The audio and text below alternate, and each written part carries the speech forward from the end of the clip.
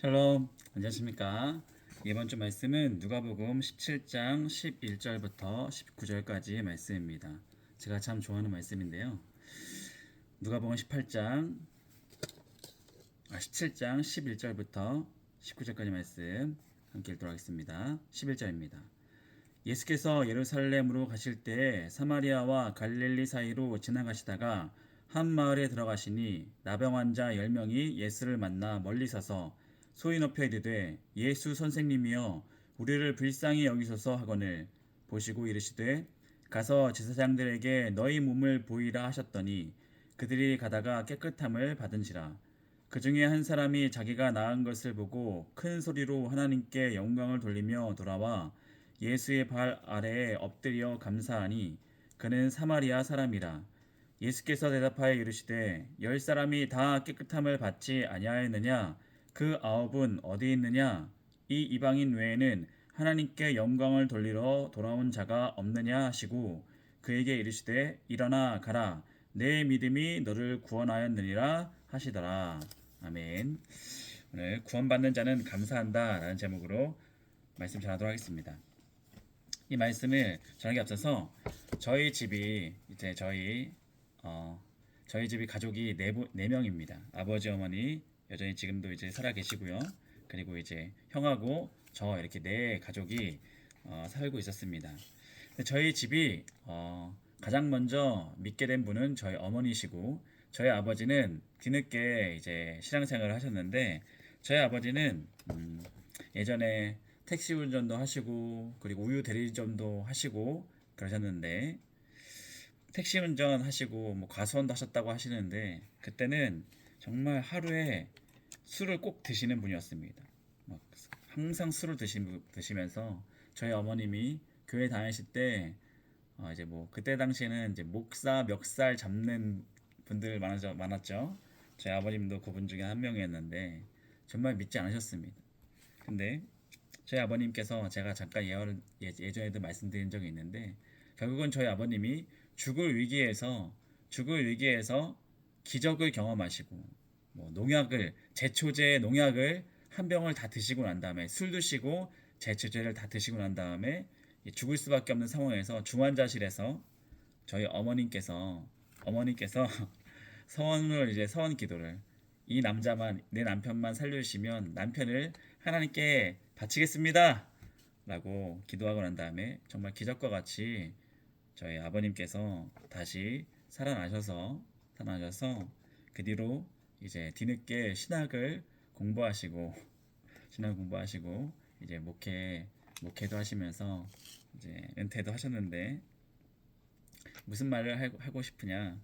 하나님께 너무나 감사하게 되어서 감사한 마음으로 다시 인생을 살게 된 그 감사가 하나님께 그 뒤로 지금까지도 평생을 하나님을 위해서 사역을 하게 된 감사가 깨닫게 된 사람이 하나님에서 그래서 그 기적을 본 저희 가족들은 믿을 수밖에 없죠. 저희 아버님께서 신유의 역사를 너무나 확실하게 체험하셨기 때문에 오늘 본문도 그 신유의 역사를 체험한 사람들의 이야기가 나오고 있습니다. 예수님께서 한 마을에서 나병 환자 10명을 고쳐준 일이 있었죠. 근데 이 신유의 역사들은 지금도 일어나고 있습니다. 뭐 구약에서 성경에서만 일어나는 것이 아니라 지금도 곳곳에서 신유의 역사를 경험한 사람들이 있습니다. 왜 하나님께서는 이 신유의 역사를 우리에게 베풀어 주십니까? 오늘 말씀을 통해서 나누려고 합니다. 무엇이냐면 하나님께서는 이 신유의 역사를 통하여서 우리가 믿는 사람들뿐만 아니라 믿지 않는 사람들과의 인간과의 하나님과의 관계를 회복시키기 위해서 신유의 역사를 이루신다라는 것입니다. 예수님께서 10명의 나병 환자를 한 마을에서 고치십니다. 어떻게 고치시냐? 나병 환자를 만나셨을 때 나병 환자들이 예수님께 이제 불쌍히 여겨달라고 간청하니까 예수님이 제사장들에게 너희 몸을 보이라고 하십니다. 놀랍게도 근데 그들이 이 제사장을 찾아가는 도중에 나병이 완전히 깨끗하게 모두가 치유를 받죠. 신의 은혜를 받은 것입니다. 이들이 얼마나 기뻤을까요? 근데 문제는 무엇입니까? 문제는 10명 중에서 9명은 그냥 제갈 길로 갔는데 나병에 나병을 받은 이 한 명은 예수님께 돌아왔다라는 것입니다. 왜 이 9명은 예수님께 돌아가지 않았을까요? 왜냐하면 안타까운 사실이 이 나병을 고쳐준 이 예수님에 대한 감사한 마음이 그들에게 없었다라는 것입니다. 예수님은 그들에게 병을 고쳐준 사람 외에 아무 의미가 없다는 것입니다. 지금도 우리가 의사 이제 병원에 가서 의사의 병원 고침 받았을 때 본인이 돈을 내고 병원 고침 받았기 때문에 의사에게 병원에 감사한 마음이 우리는 안 될 수가 있죠. 왜냐하면 우리가 돈을 지불했기 때문에 난 별로 감사하지 않는다. 그러나 그 중에서도 그 병원과 그 의사에게 감사한 사람이 있을 수 있다. 뭐 그거 완전 똑같다라고 말씀했지만 이 감사하는 사람과 감사하지 않는 사람의 차이가 있다라는 것입니다. 그러나 이 한 나병 환자는 예수님께 돌아왔죠. 근데 이 사람은 사마리아인이다라고 말하고 있습니다. 굳이 사마리아인. 사마리아는 당시 사회적으로 유대인들이 죄인으로 취급받았던 사람입니다. 멀리했던 사람들입니다. 근데 그 사람이 다른 사람 유대인들은 다 그냥 각기 자기 집으로 돌아갔는데 이 죄인 사람들에게 멸시받았던 그리고 외면당했던 이 사마리아 사람이 예수님께 돌아왔다라는 것입니다. 돌아와서 감사를 표현했다라는 것입니다. 무엇이냐면 이 사마리아 사람은 자신의 나병을 치료해 준 그 은혜를 통하여서 살아계신 하나님의 사랑을 깨달았다는 것입니다. 그래서 예수님께 돌아와서 영광을 돌린 것입니다.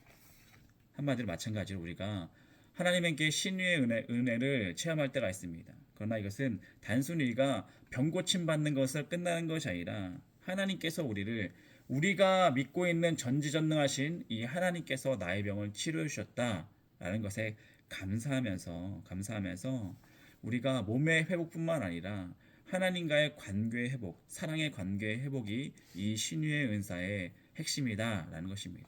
그래서 지금도 주님께서는 우리들에게 신유의 역사를 행하신다는 것입니다. 왜 그렇습니까? 우리와의 관계를 회복하기 위해서. 그래서 이 예수님의 이 10명 중 한 명의 사마리아 환자만이 자신에게 돌아온 것을 예수님께서 보시고는 어떻게 하십니까? 왜 너만 돌아왔느냐? 9명의 나병 환자를 책망하시는 장면이 나옵니다. 10사람이 다 깨끗함을 받았는데 다 회복되었는데 9명은 다 자갈 길로 갔고 몸은 치료받았지만 진정으로 치료받아야 될 영혼은 그들은 치유받지 못하게 된 것입니다. 하나님과의 관계 회복이 되지 않았다는 것입니다. 대신 예수님 앞에 나와서 감사하는 사마리아인에게 어떻게 말하냐면 너의 믿음이 너를 구원하였다라고 말하고 있습니다. 너의 믿음이 너를 구원하였다. 왜 이렇게 말씀하셨을까요? 한마디로 우리가 하나님께 감사할 수 있는 것은 우리가 믿음이 있기 때문에 하나님께 감사할 수 있게 되는 것입니다. 살아계신 하나님을 우리가 믿기 때문에 하나님께 감사할 수 있는 것이죠. 살아계신 하나님 믿지도 않는데 어떻게 하나님께 감사할 수 있겠습니까? 믿음이 있어야지만 감사할 수 있다. 그래서 감사는 우리의 믿음의 결과입니다. 그래서 우리가 하나님께 늘 감사하고 찬양하고 영광 돌리는 것은 우리가 하나님의 살아역사심을 우리가 믿기 때문에 감사하게 되는 것이고 찬양을 그렇게 비할 수 있다는 것이죠. 이처럼 믿음이 있어야 감사할 수 있었고 감사하는 사마리아뿐만 아니라 감사하는 우리 성도님들도 예수님께서 우리에게 구원을 허락해 주신 것입니다. 그래서 구원받은 자의 참다운 열매는 뭐니 해도 감사죠. 그 은혜에 대해서 감사할 수 있어야 성도라고 부를 수 있을 것 같습니다.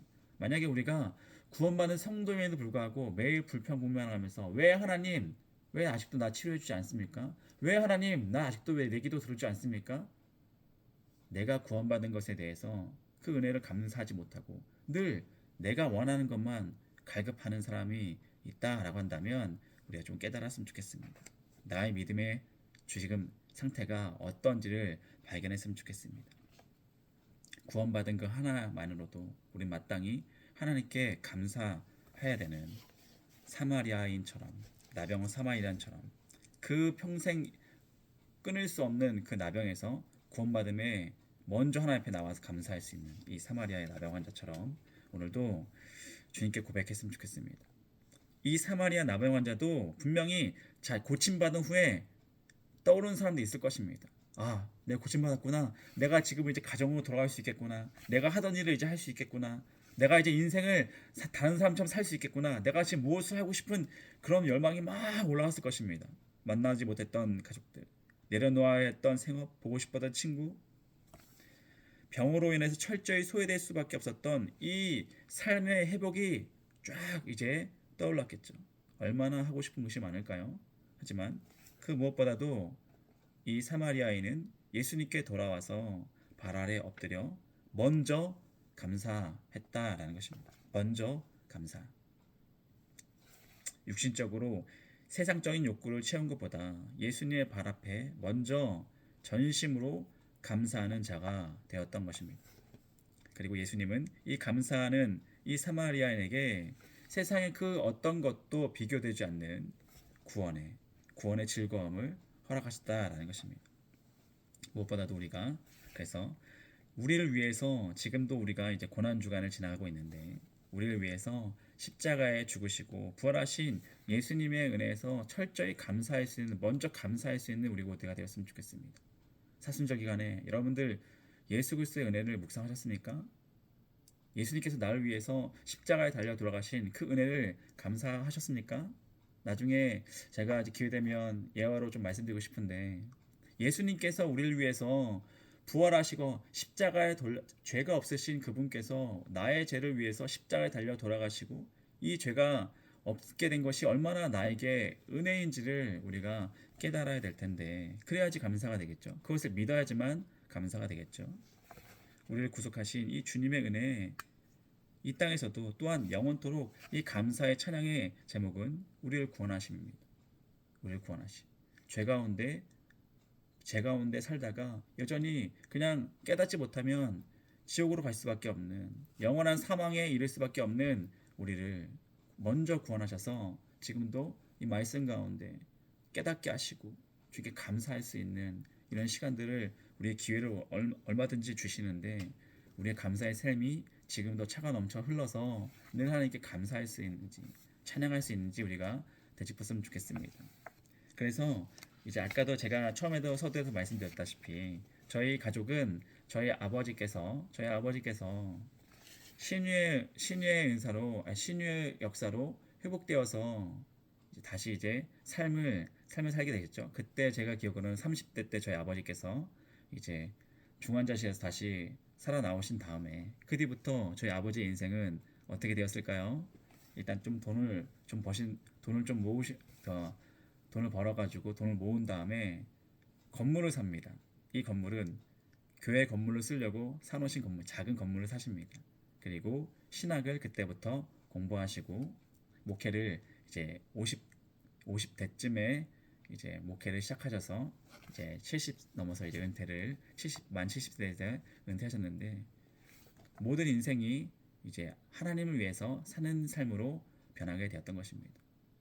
근데 안타까운 사실은 저희 아버님께서 은퇴할 쯤에 파킨스병에 걸리셔서 지금은 이제 몸을 이제 잘 못 가누십니다. 화장실도 이제 혼자 못 가시는 형편이 되셨는데 근데 저희 부모님이 감사한 것은 제가 저희 아버님이 어머님을 볼 때마다 좀 감사한 것은 두 분이 이제 아버님이 파킨스병에 걸렸고 저희 어머님이 혼자 이제 아버님을 간호하고 계시는데 그렇게 슬퍼하지 않으십니다.